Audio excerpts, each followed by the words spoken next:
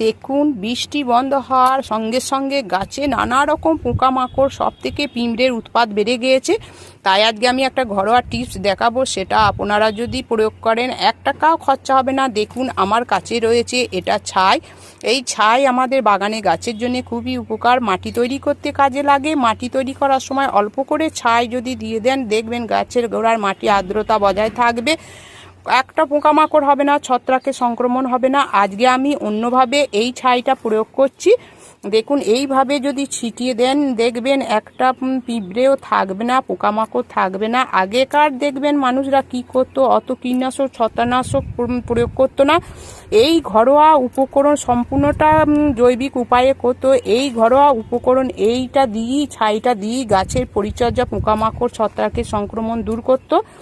আমি এটা করে থাকি, আপনারা অবশ্যই করে থাকবেন। এইভাবে প্রতিটি গাছে আপনারা এটা প্রয়োজন হলে আপনারা 1 লিটার জলে কিছুটা পরিমাণ ছাই নিয়ে গুলে আপনার গাছে ছিটিয়ে দিতে পারেন। তাই ভিডিওটি ভালো লাগলে প্রচুর লাইক করবেন, কমেন্ট করবেন এবং সাবস্ক্রাইব করে আমার সবুজ ভিলা ইউটিউব চ্যানেলের পাশে থাকবেন। দেখুন, বৃষ্টি বন্ধ হওয়ার সঙ্গে সঙ্গে গাছে নানা রকম পোকামাকড়, সব থেকে পিঁমড়ের উৎপাত বেড়ে গিয়েছে। তাই আজকে আমি একটা ঘরোয়া টিপস দেখাবো, সেটা আপনারা যদি প্রয়োগ করেন 1 টাকাও খরচা হবে না। দেখুন, আমার কাছে রয়েছে এটা ছাই।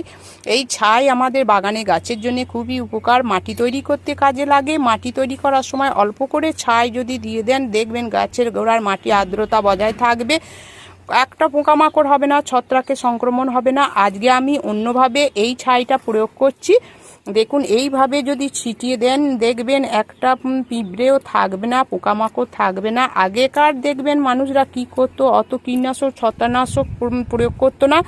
এই ঘরোয়া উপকরণ সম্পূর্ণটা জৈবিক উপায়ে করতো। এই ঘরোয়া উপকরণ এইটা দিয়েই, ছাইটা দিয়েই গাছের পরিচর্যা, পোকামাকড় ছত্রাকের সংক্রমণ দূর করতো।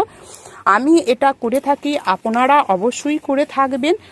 এইভাবে প্রতিটি গাছে আপনারা এটা প্রয়োজন হলে আপনারা 1 লিটার জলে কিছুটা পরিমাণ ছাই নিয়ে গুলে আপনার গাছে ছিটিয়ে দিতে পারেন।